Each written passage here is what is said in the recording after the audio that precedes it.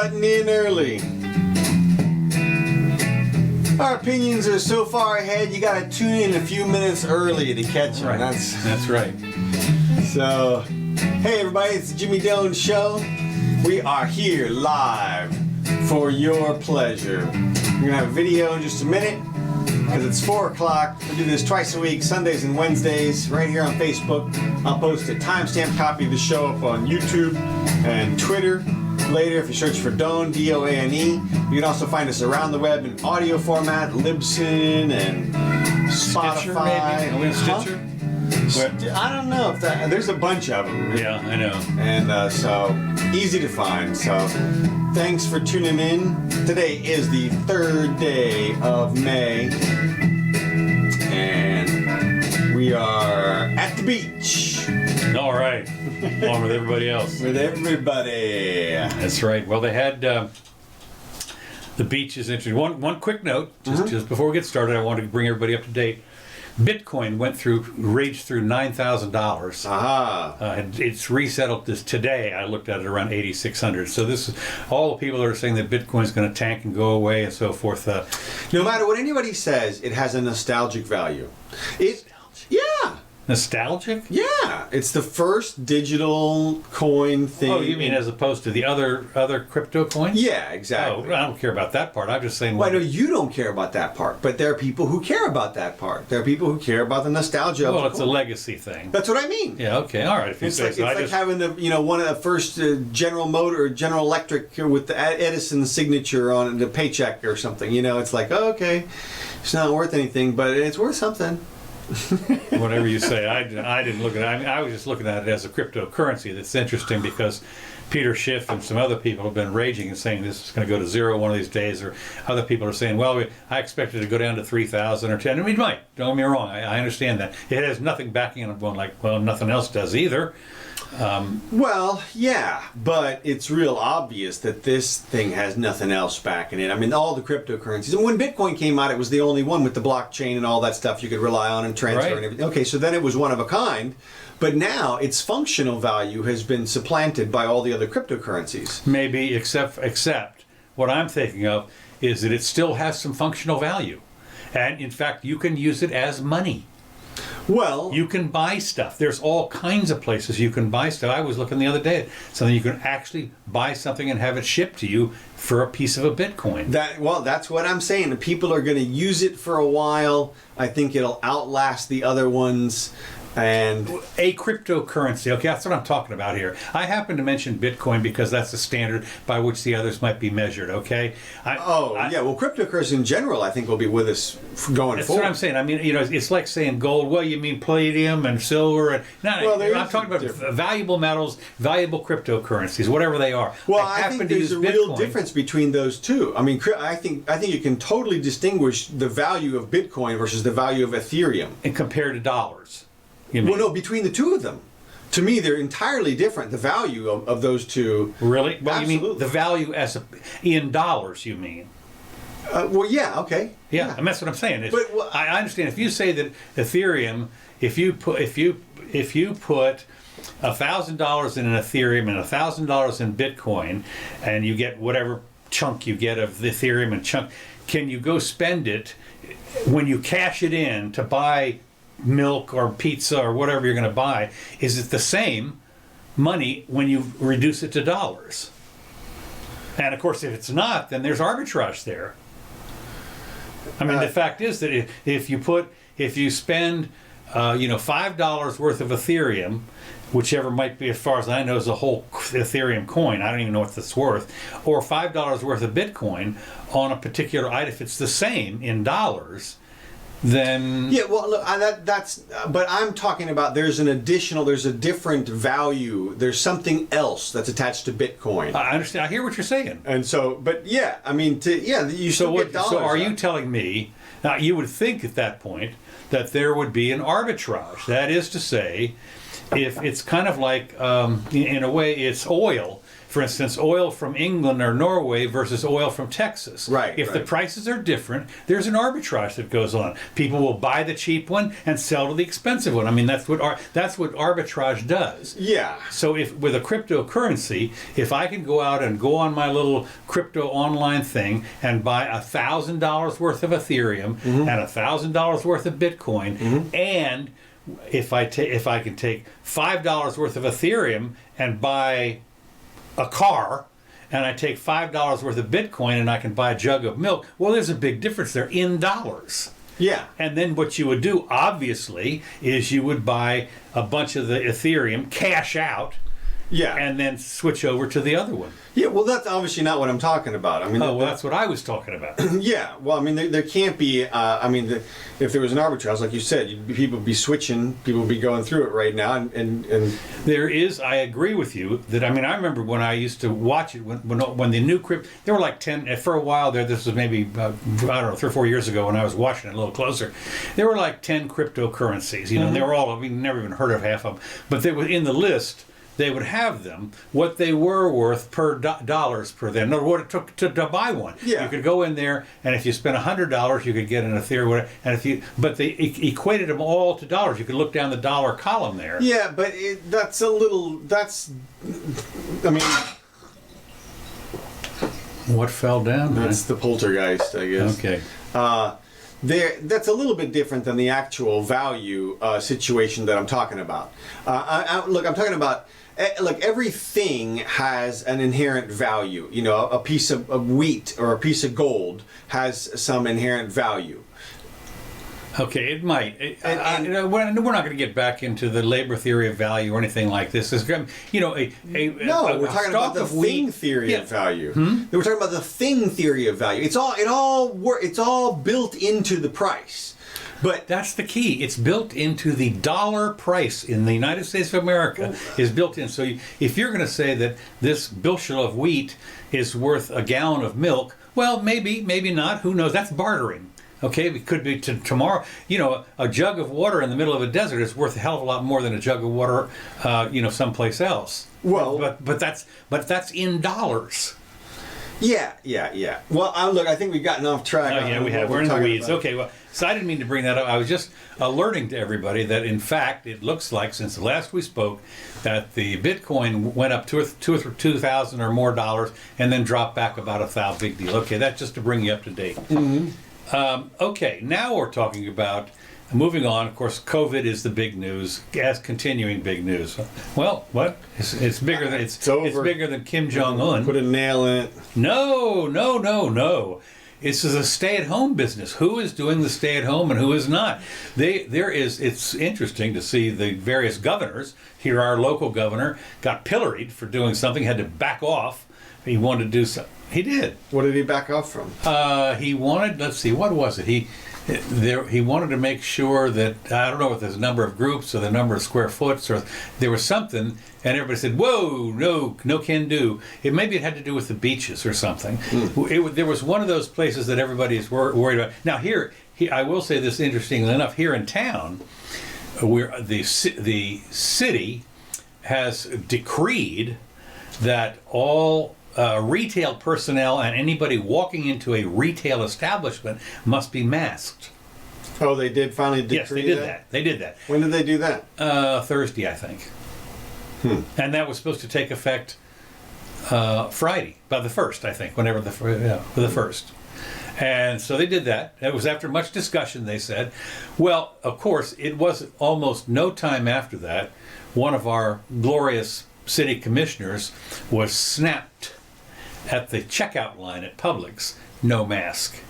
And, that's for thee and not for me kind of stuff. I mean, yeah. And I'm surprised there wasn't a bigger hoorah about it. I was reading some of the comments, and somebody said, yeah, well, who cares, and blah, blah, blah, we don't care. So, but you still get, if you still hear, and now this might be anecdotal, but you still hear people shaming other people. What are you doing here without a mask? That kind of stuff. And this will all just dissolve during the month of May. Okay. And by the time June rolls around, the new normal will be the old normal. Interesting you should say that, because there are a lot of people talking about now is the new normal. It makes for good stories, but nobody's wearing a mask in June. It's just Well, not it happening. turns out, interestingly Unless you're enough. sick. Huh? Unless you're sick. No. Even two things to consider. Apparently, at least 2 airlines have said you're not getting on their plane without a mask. Well, see, everybody's saying stuff now, but everybody's going to be backing off as soon as they see their competitors doing it. And look, this is one of those public sentiment controlled things. And as soon as people start going out in waves and droves, the companies will let them in, people will start buying, and then their competitors will be like, wait a minute. Well, they've already had a little bit of that. There were some people that are really complaining because, again, we talked about this 2, 3, 4 weeks ago about the dog groomers. And if you happen to sell a little dog pill or something, flea pill or something, you were open because you were essential. Yeah. But if all you did was wash and fluff dry the dog, you had to be closed. So there's a couple of people that have avoided that, although the cops have been around and said that. Now, There's some videos of... I saw a video of this one guy, I think it might have been a barber, and he said he was going to open anyway. He said, well, the city had come around and said, you can't do this, and cited him, or no, they hadn't cited him yet. And he said, yeah, well, fine. And they said, if you stay open, if you open tomorrow, we're going to come by and cite you. You're going to get a ticket or whatever.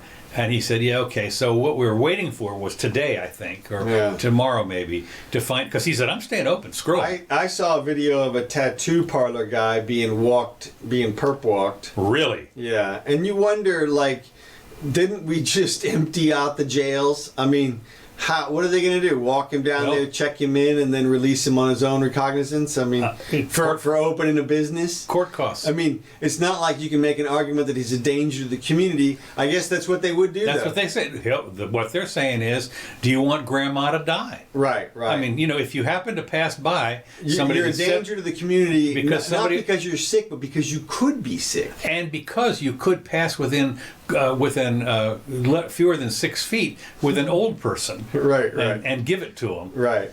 So because it's all about it's their right to go out. So anyway, many of them appeared to be, as they said that New York City, Washington D.C., they went to all the parks and beaches and so forth. And according to the writer here, again, this might have been CNN, said it appeared as though people were honoring the 6-foot distance thing. Now, locally, or in some of the beaches, you could have 4 family members together. Any more than that, you get cited. And they had the people out there on their little on their ATV vehicles, and that's ATVs. Yeah. I don't know. Yeah. That's like saying DC current. Okay. Mm-hmm. So many of them appear to be, they observe social distancing. The city government in New York City put 1,000 extra officers on the beat out there to enforce social distancing. I mean, can you imagine? If there was ever a time we need enforcement. I just, here's a guy, and they said, of course, the weather's just gorgeous all over the country. Yeah. Gorgeous. I mean, we're talking about, in the 70s. Everybody's been locked up an extra 2 months past. Extra 2 months past, they've been locked up. Now, finally, you get out of the sunshine, and here's a guy that comes rolling up there, uniform. Mm-hmm. He's all in a uniform, guns, tasers, phone, papers. Yeah, and step away. It's it. And they had a sort of vociferous sheriff woman on there yelling at people, "You will be arrested," and blah blah blah. And it's like, well, okay. I mean, she obviously has been convinced that it's going to save lives if she arrests people. If it saves one life. Well, they said, I saw that, they quoted that again, and so they use that down here, sometimes. But you just think, to me, so you had the Ohio governor come out and say, well, okay, about all those masks, you don't really have to wear them, everybody, all the time. Yeah, he was on, last night's news, or maybe this morning, maybe on one of the morning shows, but I saw him. Yeah, he took it back. It was, they interviewed him, and he talked on this show for maybe a total. She asked him like 1 or 2 questions, and he answered each one of them in about a 3 or 4 minute answer that was gibberish. Oh, really? Oh my God! I'm saying, what are you saying here? And he goes, and we really want to make sure that we're going forward on this. And Joe Biden wrote this speech for me. I mean, I'm serious. I'm sitting there. There's no meat to what he's saying, and the interview person is saying, okay, well that's good. Let me ask you another question. I'm going. Well, you didn't answer that meat one. was that shit I said yesterday. I take it back. Yeah, right. That was the meat. So now, meanwhile, though, the governor of Oregon. Okay. Has come out and said we're staying closed until July the 6th. And what's magic about July? Oh, it's after 4th of July. It's after the 4th of July. Okay. Good luck. Good luck with that one, man. Even though it's the commie state of Oregon. I mean, what is she thinking? No chance of that order staying in place. I mean, it is. Talk about laying it out there. I mean, making a crow pie. I mean, she went in there and baked some serious crow. Okay, and now for my next act, tar and feathers. That's right. That's right. I'm going to walk through this waterfall of tar and through the chicken coop. That's right. So I thought, I don't know if the one up in, is it Michigan or Minnesota, whichever the girl up there was also, the governor was very strict about something, and apparently the July that was where they had the big protest where they went to in front of the city hall, I think, or the county hall. Now, that was real. I mean, the July the 6th one, you almost have to call bullshit on it. It's like, okay, that's just too. That's July the 6th. Boy, where would you get that number? Yeah, I mean, come on, man. That's too good. And my birthday's on the 7th. Okay. Yeah. I saw another one that was too good.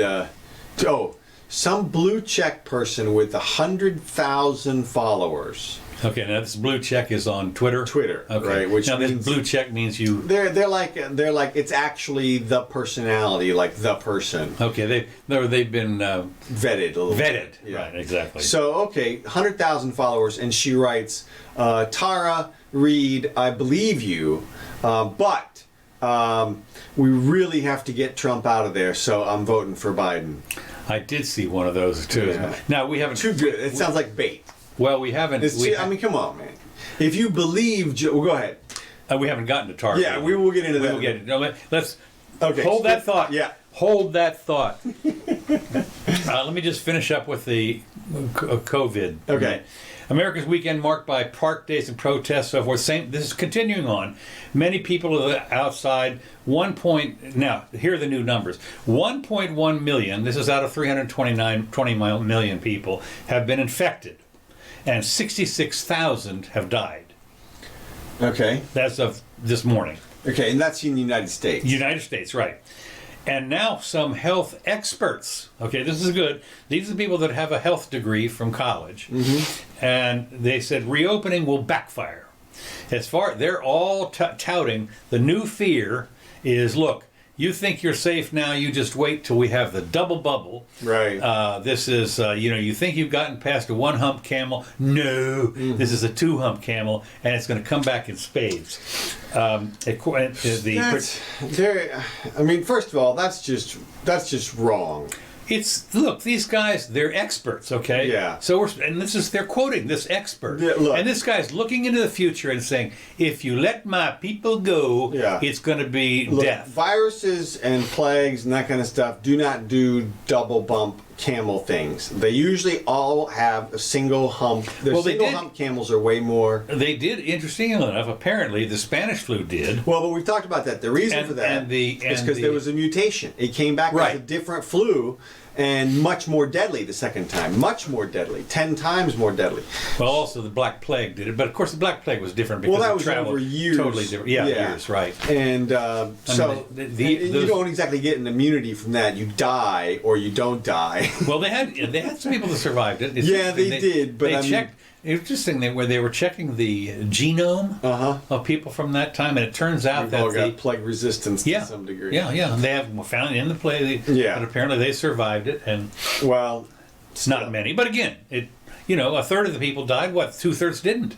Right. So, well, the super lockdown places, you would expect to have a second hump that's what these doctors are saying. Okay. They're saying you're making a big mistake by what you're doing is you are compromising your immune system by not letting people out in the... Well, also just the fact that if you had a super lockdown that prevented the spread, then you didn't get any herd immunity. It's like the Indians were locked down in the United States. Right, for, exactly. Until the smallpox showed 10, up. 20,000 years. And No problem. And guess what? Yeah.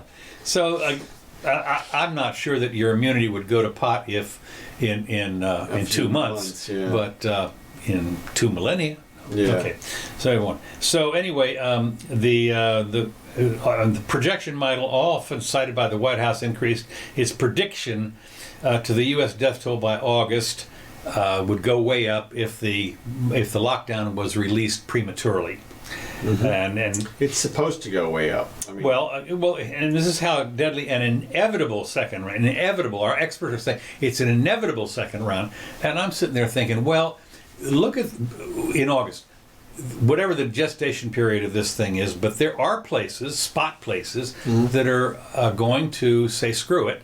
We're going to let people go into the stores or whatever, and if those places even have a little bump, they're going to say, "See, I told you," and then that'll be the justification for relocking down. Well, maybe. Yeah. Well, that won't happen. I mean, look, what's going to happen is it's not going to be pockets. Every single place is opening back up in May, and it's going to be the virus be damned. Take what you will. Well, that's what's going to happen, and then the only way it will get a what? Tuesday what? Tuesday. Big day. Cinco de Mayo. Cinco de Mayo. Everybody's going out. They will. Everybody's going out. It's out. They're out. They're right now out there at the beach. Oops, we moved from the beach. So that's what's going to happen. But then in the places where it hadn't spread at all, we'll see increases because that's just a release of the previously locked down virus. Okay. And so you're going to see waves increase. That's the unflattening of the curve that we just flattened. So this is your prediction, huh? Well, yeah. I mean, you have to see that, but that's far from a second camel hump, and that's not the real camel hump, which would be, like I said, a mutation. If this thing rips over to Africa, tears through a few million people, mutates quite a bit, finds itself as a more deadly strain, and then all of a sudden makes its way back. Although at that point, I mean, people are going to be way more vigilant. We were a pretty dirty society. I mean, handshakes. We've been shaking hands. I mean, that's like, we might as well just swap spit right there. I mean, exactly. Handshaking was a terrible idea. So just that in and of itself, I think, is going to save lives.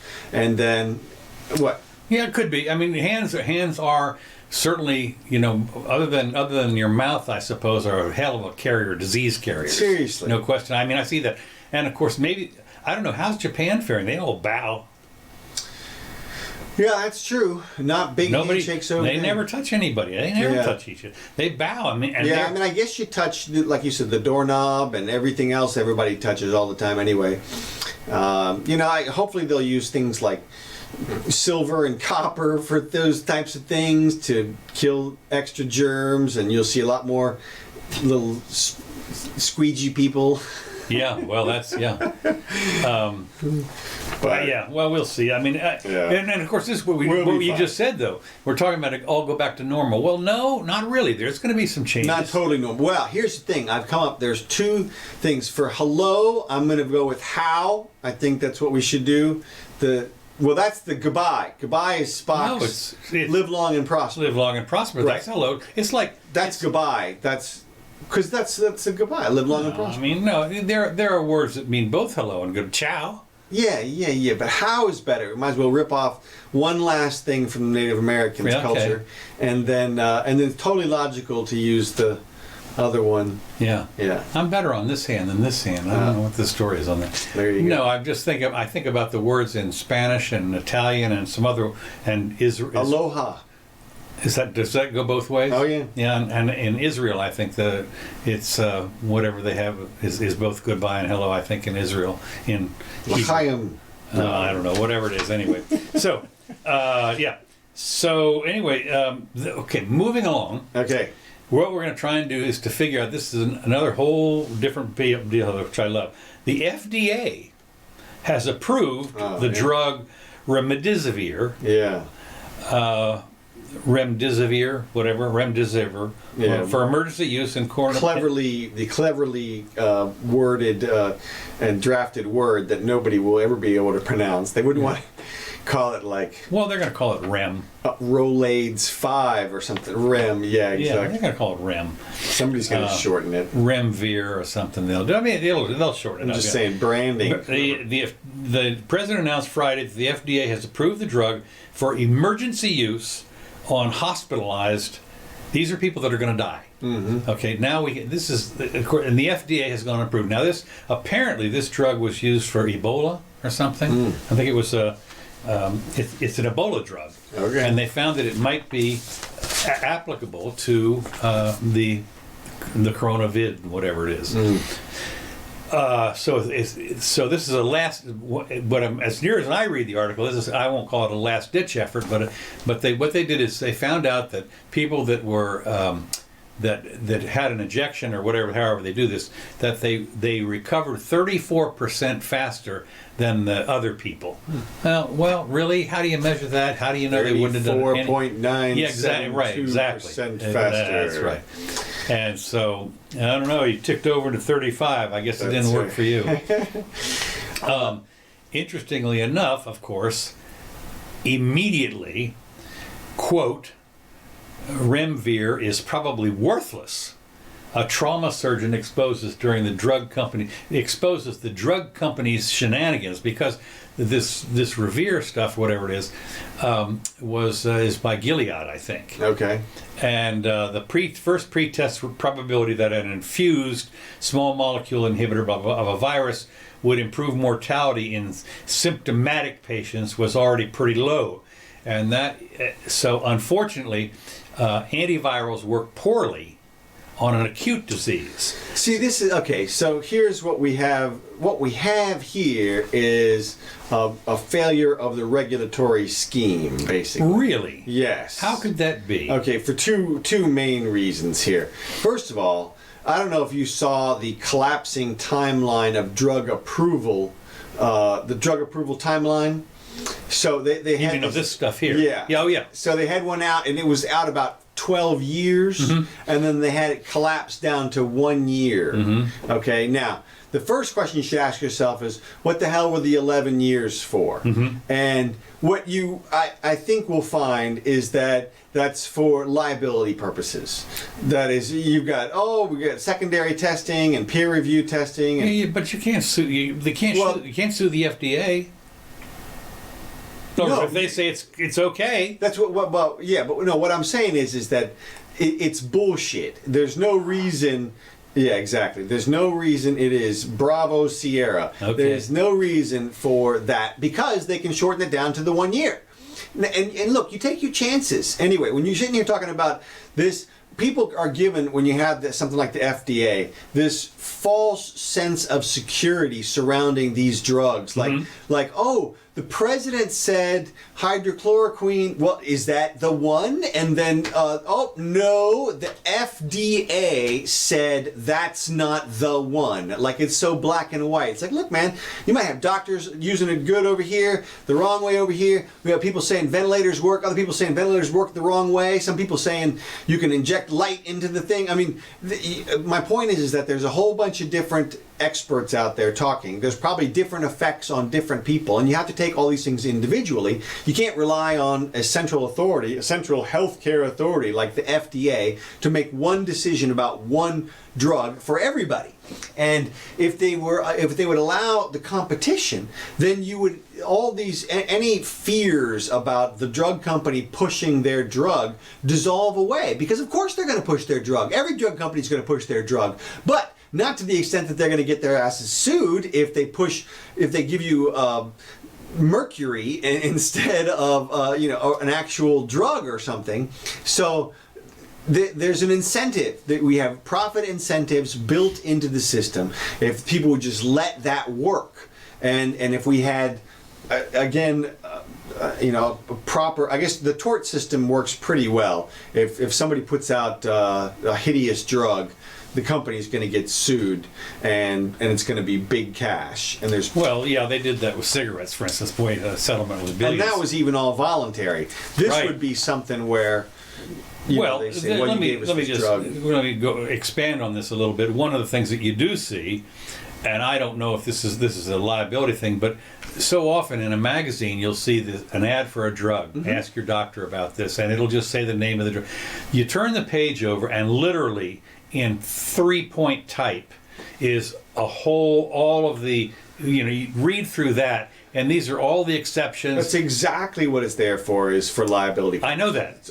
And of course, does that, the question then is, when you sue, who's going to read that? You look at a lot of things. Well, it like you said, if it's in 3-point type and it's on the adjacent page, then it's deemed to be communicated information. Right. And you can see right there. It said, there's your condition, number 7, mm-hmm. Dry throat, sticky, whatever, and that's. And you were warned, and that's fine, but people should also assume that everything that somebody gives you may cause all of those symptoms. You could be allergic to it. Right, exactly. When you look through, and of course I've read a couple of those just for laughs, and a lot of it, there'll be conflicting things. May cause a throat, may cause watery eyes, may cause dry eyes, may cause... Exactly. You have to remember also that every drug is tested, for the most part, on rats. It's not tested on humans before you get it. I mean, maybe they do the final phase is they do that. When they have and that's what they're talking about here, is the human testing apparently has been accelerated. Okay. But then you got to wait around a week or two to see if it's going to have any effect. I mean, I say a week or two. They have to wait around a couple of years on some of this stuff. Well, right. And of course, the rat generations turn over quicker, and which is why they get developed on those. Right. But of course, people also should remember that they use only male rats, and so really, yeah, and I didn't know that. It's been a big thing recently that all these drugs are really geared towards male anatomy for guys. That's right. So they're just starting to use the female rats now. I did not know that. Well, that's strange. Yeah, in a way, because who mates with the females other than the males? I mean, so do they get something from the? I don't know why. You can Google that and check it out and see. But yeah, for decades it's been only the male mice that all the procedures were tested. Every drug is developed on them. Seems a little misogynic or whatever you want. It's patriarchy, man. Yeah, that's what I'm saying. I don't think. I wonder who thought that up anyway. There's a very practical reason. It's something like the female rats are bitches or something. I don't know. Female rats be bitches, man. That's right. I don't know what it is, but it's something like that. Got your back.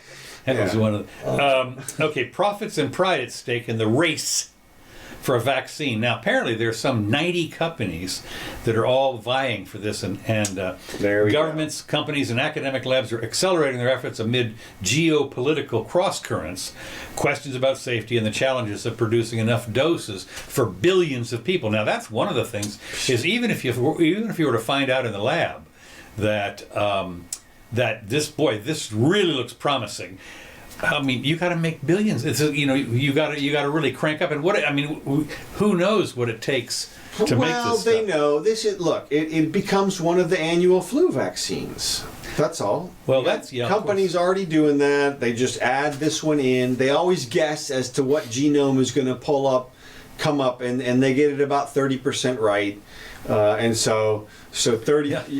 I remember, because I'm one of those that's at risk because of my lung transplant, and but it's interesting because I remember I had my regular flu vaccine in September or whatever, and come around end of December, January, I said, that wasn't the one. You need to go get another one. Yeah, exactly. we reevaluated, and I'm going like, Jesus, I've been walking around here thinking I had a shield, and there wasn't no shield. And you were shielded from some flus, and it might have protected you. I'd have been shielded from a flu Z. There you go. Flu Z. Okay, so anyway, with the demand of vaccines so intense, there are escalating calls for human challenge trial. Now, human challenge trials are these, which I thought was new. This is like the ice bucket challenge. I guess. Speed the process, finally a challenge that actually you got to work. Well, it's actually a real challenge. Not quite the same. Well, the ice bucket challenge, yes, there is some similarity. Might not make it here. The deal is the volunteers, the humans volunteer to be injected with the thing, and then are exposed. Right. So they know that they're going to. This is not any control group or anything like that. These are people that are going to walk into the, into the. It reminds me a little bit of the, if you try and find a mosquito vaccine, and the first thing they do is they put your arm into a cage with all the mosquitoes and everything, and see if it works. These are volunteers. So the administration. Now I'm starting to think this is a cylinder again. Already the administration has identified 14 vaccine projects it intends to focus on, according to a top man, with the idea of further narrowing the group to a handful of trial that could go in with government financial help and accelerated regulatory review. So the government is going to winnow down these 90 things. They're going to have top people, experts, figure out, throw away 75 of them. These are the ones that we're going to look on. And what we're going to do with these is we're going to pay you money. Hopefully you'll get the right thing. And of course, they certainly have every incentive to get the right thing. And we're going to accelerate the FDA approval.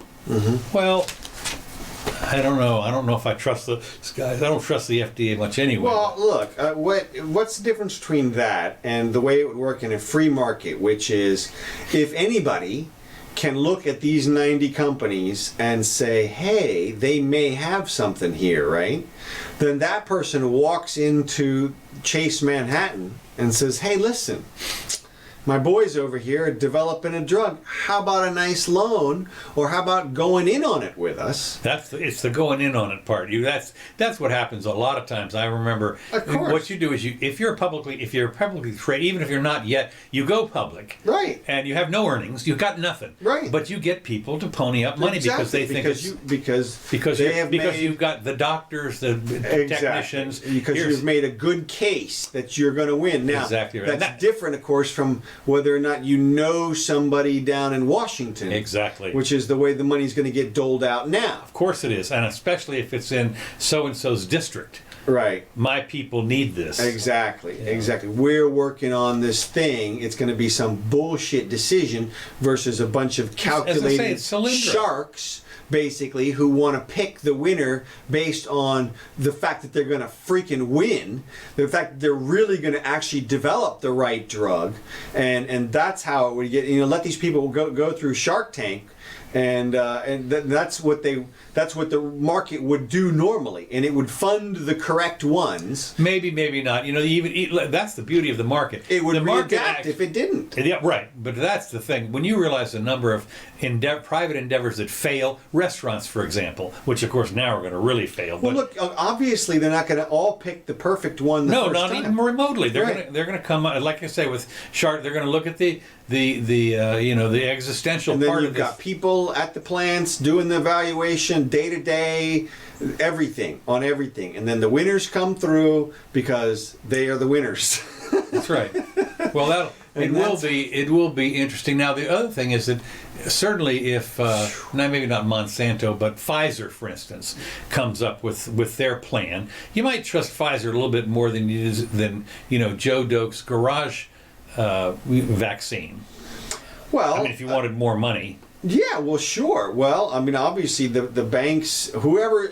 Well, it's going to be the private investors. This is what it always happens. You go into New York, you go on the thing, because when I look at, it has to be somebody with cash. Well, investors in general. Now, one of the things that you see, Amazon started off for the first 5 or 6 years, made negative money, no money, and people were buying it. there are almost all the lots and lots of the companies that go on are rank speculations, and but still people buy their stock. Sure, and as you know, look, the funding for the company comes in waves and goes in waves. So this is right. Well, you're this right. is one of the waves where people would be throwing money at potential solutions because, as you just pointed out, there may be billions of potential customers that are regular customers for this particular product. So that's worth investing in. It's worth speculating on. Well, but not if you're going to get your butt taxed or right. Well, that's another thing. Yeah. That's one of the things. Of course, the government. If you take a loss, you get a loss. If you take a win, they want their cut. Well, if they've already taken the money, then you're not going to invest in it because you don't have that money anymore because they already took it and spent it on the cylinders. Well, now they're creating the money out of thin air, right? So they're taking the government, right? The government is that's right. But your normal Wall Street investors, those people, the regular Joe Schmo, that's real money. Yeah, that's being invested. So they're going to hopefully do a little due diligence. Anyway, let me move on. Go ahead. We're going to call some new people into the fray. Okay. Airport screeners. Okay. Are going to check under a plan being discussed. This is maybe, but airport screeners, they're going to task them with a new thing, and that is they're going to have the little forehead measuring temperature. No. When you go through 1 week, your shoes. Wait. Take off your shoes. Take off your belt. Take off everything, scan you, and oh, by the way, we have a new thing here. We're going to put this across your forehead and see if you have a fever. And if you do, no airplane for you. So 1 week this is going to last. Can you imagine? What's funny is that people don't realize the average human temperature is 98.6. Right. But actually, there's the deviation from that is 1 or 2 degrees. Yeah, well, I can tell you from personal experience, mine's 1 lower than that. There you go. I mean, it really is. It's 90. Let's see, what is it? 98.6 or something. Yeah. Mine's 97.6. Well, Robin's was 96.8. Yeah. Well, she was two points out. Yeah. And she was kind of cold anyway. No. I'm kidding. That's a joke. But there are going to be people who are going to register hot every single time. Exactly. Boy, isn't that the truth? Hey, honey, you registered a little hot. Why don't you take off those clothes and we'll... yeah, right. Yeah. Come over here to the groping zone. Yeah, the grope zone. That's right. Look, all right, poor airlines. Well, that's not all. Speaking of the poor airlines, apparently Buffett came out. Wait a minute now. And he has indicated, this was, over the weekend, I mean, it was either Friday after the market closed or sometime in his letter, he said, we're dumping 100% of our airline stocks. Wow. Because we're not sure whether or not they're going to come back. Now this was like 10% of his holdings, okay? I don't know, it was $1 billion worth or something. Yeah. Dumped them all. Now, this was before Monday's open. Okay, so the question is, what's going to happen to the market on Monday? Right. And I'll tell you, there's an awful lot of people that follow him. And here's the question. Is, do you think Buffett's back in before the end of the year based on some kind of deal with the government? What? Well, it says here assuring that Monday will be a bloodbath, as this guy says, for the transportation stocks. The world has changed for the airlines, and I don't know how it's changed. It's already a bloodbath. I mean, it's like already a bloodbath. Total ridiculous, slaughtery, bloodbathy. There was an article, a thing on where are the planes parked. Right. There's like half of the fleet is on the ground someplace, wing to wing, on airports all over the place. And I don't know how, and Buffett said, I don't know if Americans have now changed their habits or will change their habits because of the extended period's over. However, Norway, they have a $1 trillion wealth fund. Wealth, it's from the oil. That's what happens. Norway's kind of like Alaska in a way. They get money from the North Sea oil. I mean, they got a lot over there. And so they've doubled down on U.S. stocks, and they've decided they've been buying Royal Dutch Shell, the oil companies which have tanked, and Carnival Corporation. They are doubling down with their $1 trillion whatever. And I don't know how they've done with the airlines. but there's a veteran CEO. He added stakes to the world's worst hit companies listed on the U.S. including, and so Norway believes now is a good time to buy energy assets, and an opinion that is shared by nobody.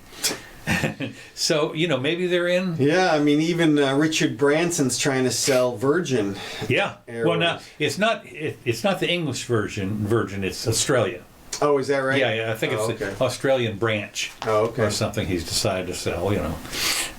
So, but I thought that was interesting that the Norwegians have decided that with their fund, $1 trillion fund, it's kind of like the... Well, there's bound to be some bargains during this crash. And right. The airlines were down like 60% a couple weeks ago when I checked. Well, the thing that I look at is no matter how you slice it, it seems to me. I realize that people say, what happened after 9/11, for instance? Nobody was flying for a while. It was bad. Yeah, but it's different. I'm with you on this. I think you're going to say it's different, right? I mean... No. I was going to say that people are not going to stop flying. Right. There's going to be flying going on here. Yeah. And in short order, I'm telling you, as soon as the mask restrictions lift, and not even that, it's right now, I'll bet you. Well, I did, as I said before, there's at least one or two, I think JetBlue has said nobody gets on without a mask kind of thing. And it's not going to last. Huh? That's not going to last. No, I don't think so. Well, people aren't going to wear masks. I'm sorry, they're just not. People don't wear. They didn't wear Google glasses. They're not wearing a mask. That's what people aren't doing stuff like that. They just not going to happen. It'll be interesting. There's going to be a little bit of a shakeout because if when you realize when you're loading up your 777 or your 747 or whatever, and you've got 350 passengers on there, and 100 of them paying passengers said we're not going to wear a mask. Is the lady at the gate there saying you can't go? Right, exactly. Here's your refund money? No. Exactly. And you have a non-refundable ticket. Tough shit. Exactly. And even if they hand them a mask, some of them are just going to throw that thing on the ground or whatever. It's like, it's just not going to happen. You can't tell people. This is what the governor of Ohio just figured this out. Give him a call. Well, that's the other thing is... If you think people are going to wear masks, call up the governor of Ohio and ask him how that's going to go. Well, the other thing is, when you think about it, any flight more than about 2 or 3 hours has food. Yeah. I'm sorry, you gonna have a hole in the mask for your mouth? Yeah. Well, no. You take the mask off and you eat food and you talk to your neighbor. Hi, good to see you. That's you. It's not gonna happen.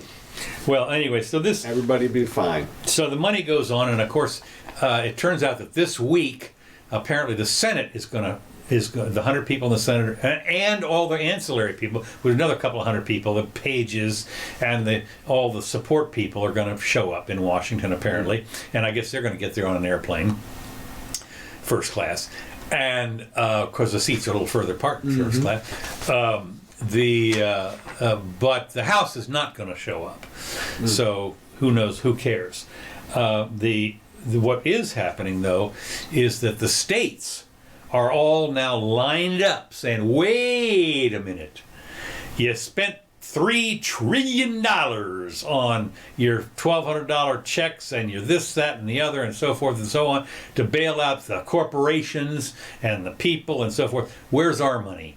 Yeah. And they are almost all the states now are saying, look, in Florida especially, we count on, with 30 million visitors a year, I think, at least in Florida. Yeah. The population of Florida is like, I don't know, 22 million or something, and we have something like at least 30 million visitors. Disney's closed, okay? Closed. Universal and SeaWorld, done, closed.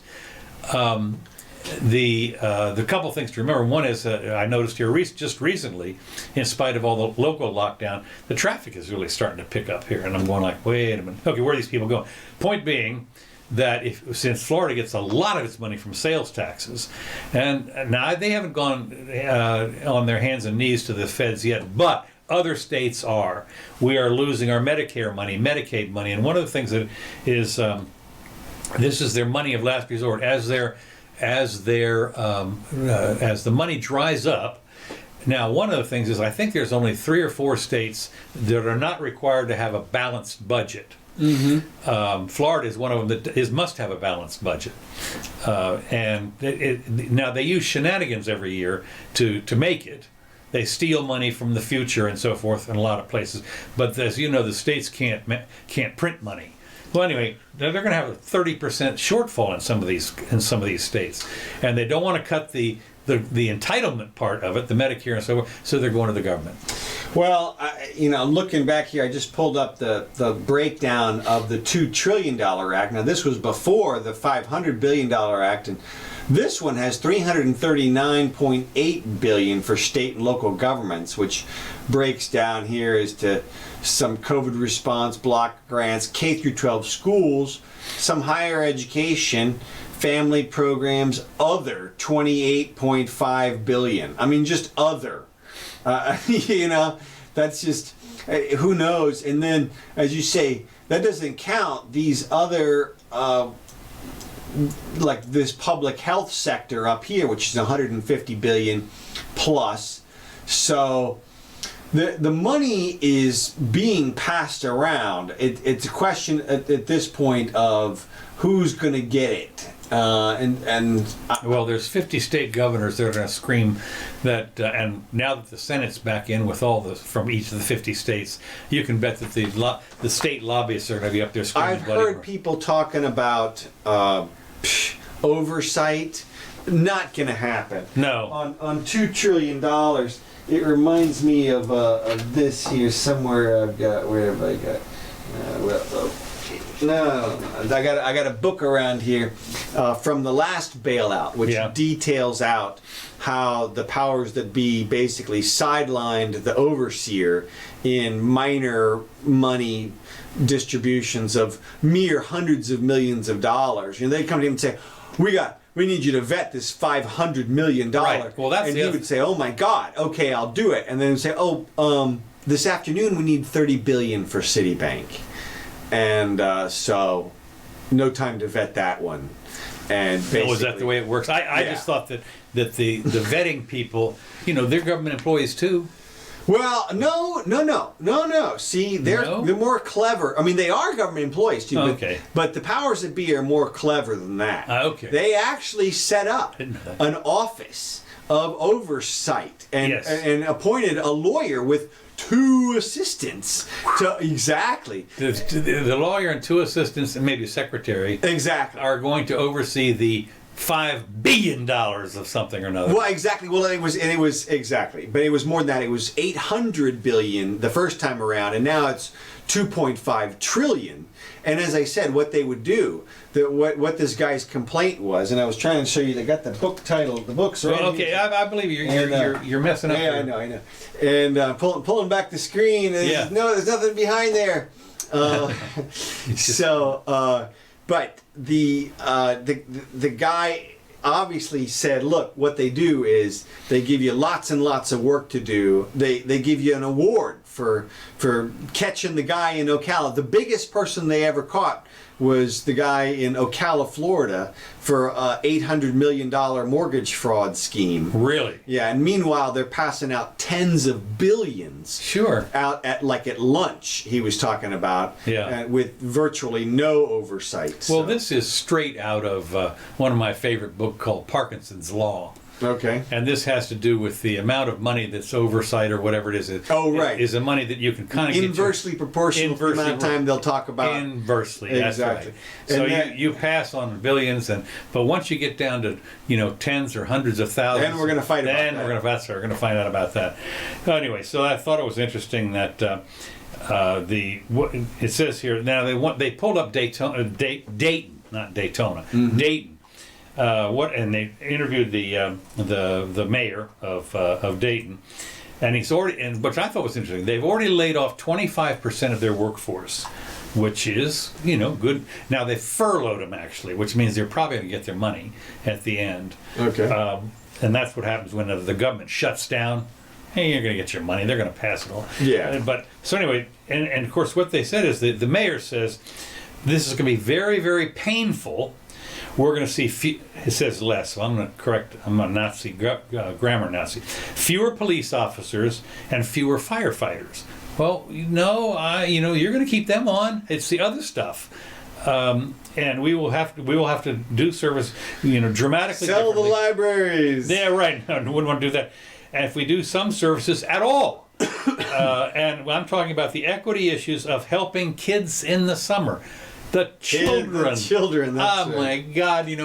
We might have to lay off the police and the fire people and the children. That's right. But we're going to provide recreational programs for those kids. You sit here and people actually they don't bite their lip when they're saying this. Right. Well, no, that's like the knee jerkiest defense is, well, we need to get the kids. Well, speaking of the kids, okay, moving along here, getting towards the end. There's a real problem with one of the businesses that and that is, how do you open up the brothels in Nevada? Well, are they an essential business? Wide open, I think is the... Well, wide open, that's right. Mandatory testing, masks for patrons. As Nevada looks to open, the state's sex industry is scrambling to figure out how to do it and this is a close contact business. This is not simply handing over the money. She'll be on the other side of this cellophane sheet. Yeah, well, no, you kind of wonder. I mean, you got to wear this body rubber, body condom. So anyway, they can't. Now, the governor, I think it is, named Sisolak. I think the Nevada brothels can't reopen unless this guy, whose office did not respond to requests, gives them the all clear. In a related story, Saran Wrap has started selling 6-foot wide rolls of Saran Wrap. Right. But how would you like to be this guy? Nathan Robertson, the mayor of Ely, it's a town with brothels in it. Pahrump and Ely are two of the major ones. And he said he's the mayor of the town, okay? Well, he probably gets his anyway. That'd be nice to be the mayor of. Well, hi, good to see you, Mayor. Come on in. He likened the brothels to, quote, health, beauty, and wellness services. Essential. Suggesting they could reopen around the same time as gyms and hair and nail salons. Look, hey, just the same. I mean, you've got to figure you're going to hold this person's hand. That's right. Cut this person's hair. That's right. Same thing. Pretty much. I don't see the problem here. Honey, you're going to the salon. I'm going to the bunny ranch. That's it. So I think that it's this is a big question out there. This is the kind of stuff that pops up when you sit there and you try and make a rule for everybody, and suddenly somebody comes up and they have the justification. So it's legal. There you go. Like you said, health. It's health. That's right. I mean, what are these guys going to do? Science. That's right. So anyway, then the last thing I got here is that has invaded. This will probably I don't know. Don't say the fucking hornet. Yes. Oh God. Yes. What? If I see one more picture of that freaking hornet, it's just like I thought this is a new scare. Oh yeah. This is a new thing. This is a new invasion. Yeah. Well, it can chop the head off a baby in like 2 seconds. Or no, bee. A bee. Baby is what this bee, you have to understand. No, these apparently the queens are like, this big or something, but they're pretty good size, and they have a nasty bite or sting or whatever, really bad. They come from Japan or something, and but they apparently have found them in Washington State or Oregon or someplace, and they are, to me, when you think about it, we've got African bees here that have invaded from South America someplace, and they're unfriendly. Yeah. But this one is apparently a pretty good size, and they're panic stricken that if this is very invasive, and it's and they're out there trying to find them. But apparently, if it stings you, it's like, I don't know, if it's not exactly like the little blue jellyfish or whatever. Right. But apparently it's quite painful, bad news, and they're hostile. Well, I think we shouldn't take any chances. I say we nuke the place from space. I think that's... Well, there's one thought. But what I'm Kenny. Get out now, Kenny. Yeah, that's right. So but what I was looking at the last item in the article was, in Japan, the hornets kill up to 50 people a year. I'm going like, yeah? Wow. 50? I'm gonna be panic stricken that. Well, it's not. That's not a lot, but that's like 4 times the number that get killed by snakes or something. That's. I mean, in Japan, doesn't mean snakes. Well, I'm saying for us here. Yeah. So yeah. Well, what are they doing? They're probably messing around in a hornet's nest over there. If you ask them. Don't know. But all right, well, we got one more thing, of course, and that is the Tara Reid scandal here. Yes, we didn't of course. discuss it. And now I have not heard her direct account, which apparently is supposed to be all over the Sunday shows today. Okay. Haven't heard it yet. I did hear summaries of it.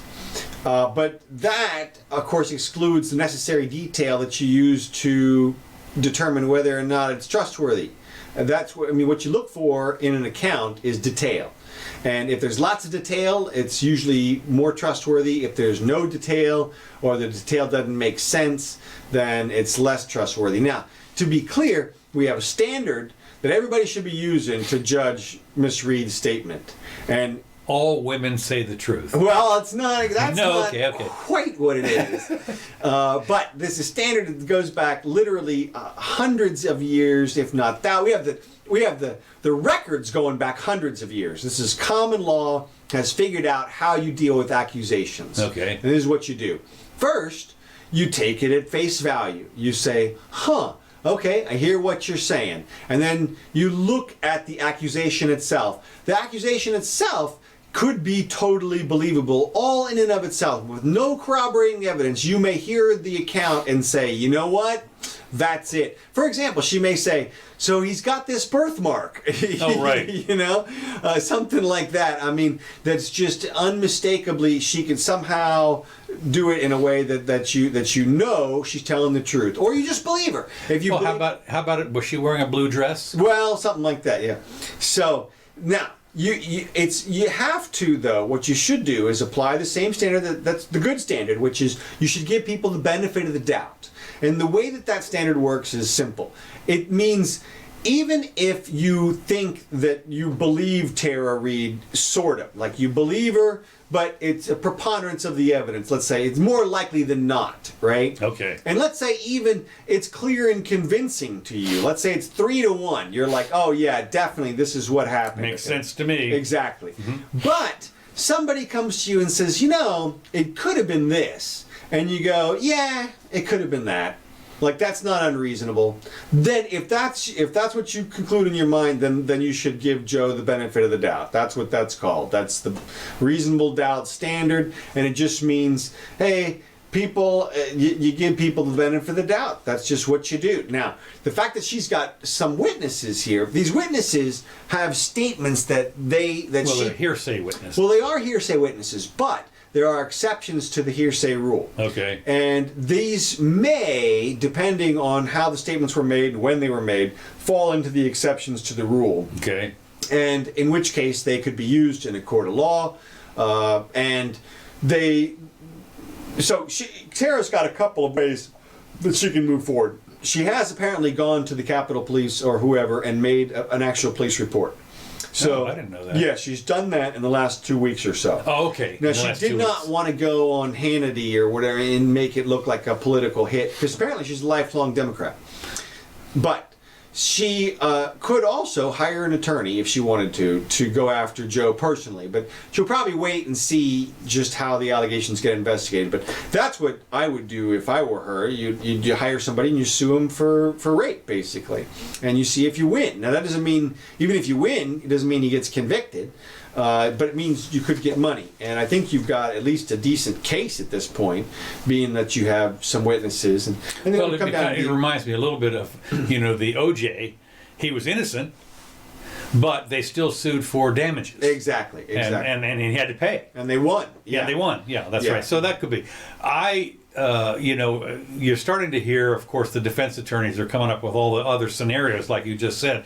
Well, maybe it wasn't Joe Biden, maybe it was one of his aides or something. This was, some time ago, and this was a trauma. Yeah. This kind of stuff. Yeah. There's a couple of different ways you spin it. Either you say it was somebody else, or you say it happened, but it didn't happen as bad as she suggested. Because at one point, apparently her complaint that she filed with the Capitol did not suggest the full extent, so to speak. Did not include the word sexual in something or another. Well, it said it described like harassment or something, but not attack, basically, which is, what you would qualify that kind of thing as these days. Now, I have to say this.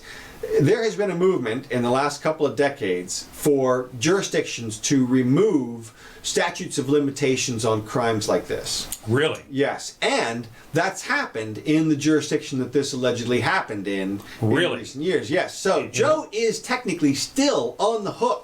This is a federal jurisdiction now. Well, I don't know. I mean, it should happen in Washington, D.C.? Well, but it should be a state. Well, if it happened in D.C., that's right, because it was in the Capitol building. Right, exactly. And that's run by the Congress. That's a federal jurisdiction. Well, that changes things a little bit. Totally. I mean, it's certainly not going to be in I'm not sure how that plays out exactly. But here, what I'm getting at is this.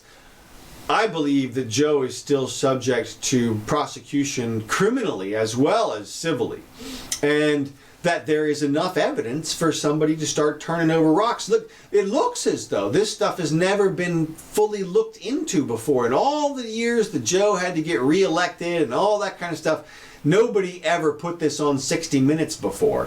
And now it's all coming out. Like, he had the protection of the press this whole time. Oh, that's true. And so now he doesn't. Well, the thing also is this protection of the press and so forth. That'll be kind of interesting. The